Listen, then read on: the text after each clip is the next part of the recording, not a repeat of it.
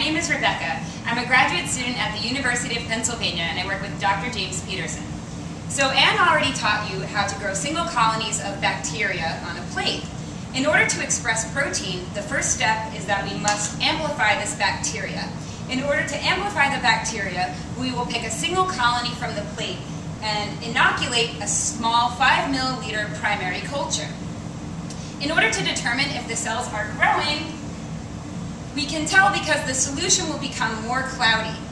You can physically see the bacteria swirling around in solution compared to the point at which we first inoculated. Once we know that our cells are growing healthily in the primary culture, we can then transfer our cells to a larger secondary culture.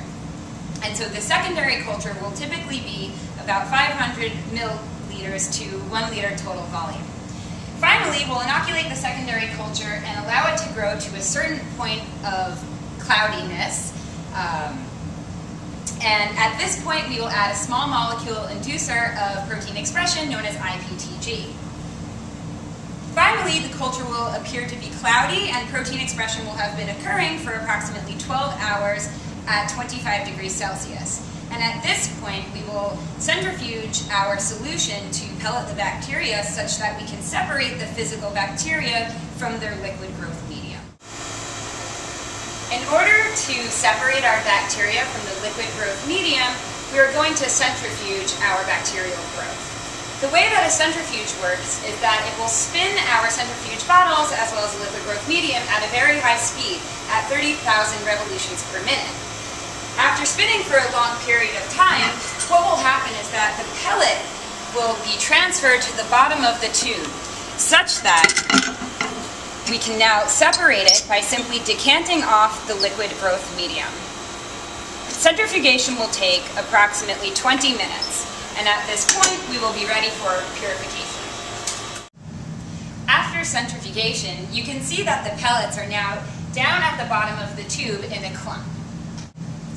As you can see, the green fluorescent protein is contained in the bacteria that's clumped at the bottom of the bottle, whereas no green fluorescent protein is in the liquid medium.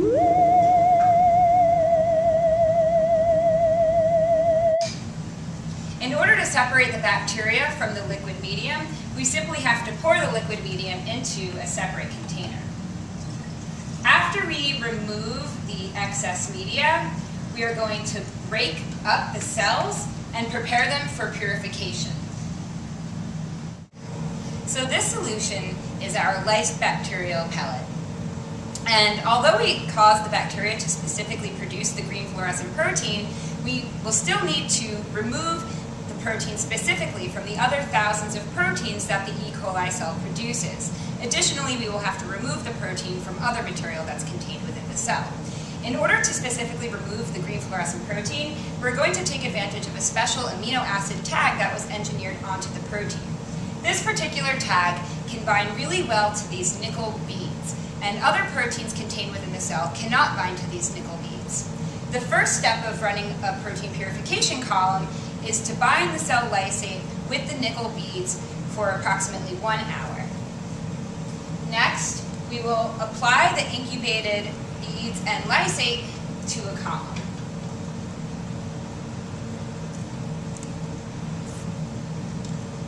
The first step is to collect the material that does not bind to the nickel beads. And if there is a large amount of protein, we may have some excess protein that cannot bind.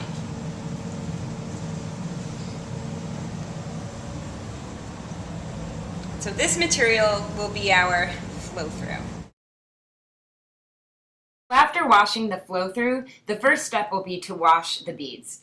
Our first washing solution does not contain a chemical known as imidazole, which will allow our protein to elute from the column.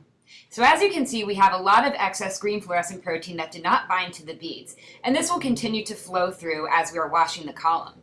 Eventually, the solution that elutes from the column will turn clear. At this point, we will continue to wash to remove all the other proteins and material from the cell lysate. As you can see, after several steps of washing, the beads remain fluorescent as the GFP is still bound. At this point, we will elute the protein from the column using a solution that contains imidazole. Our third step will be to remove the green fluorescent protein from the nickel resin by adding a special solution that will remove the protein specifically from the beads. And so after we add the solution, we can see that when we collect the flow through the column, that the flow through will now contain the green fluorescent protein. And you can see this as the drops begin to exhibit green fluorescence. And so we will add washing buffer until we no longer can observe the green fluorescent protein bound to the nickel resin.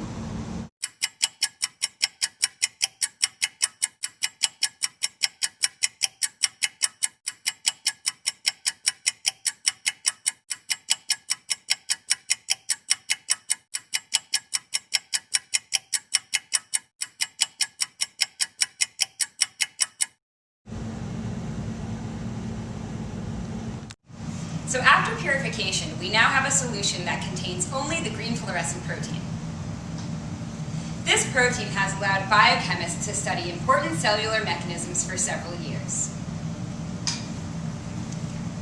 So once again, I'm Rebecca. I'm a graduate student at the University of Pennsylvania. Thank you for watching.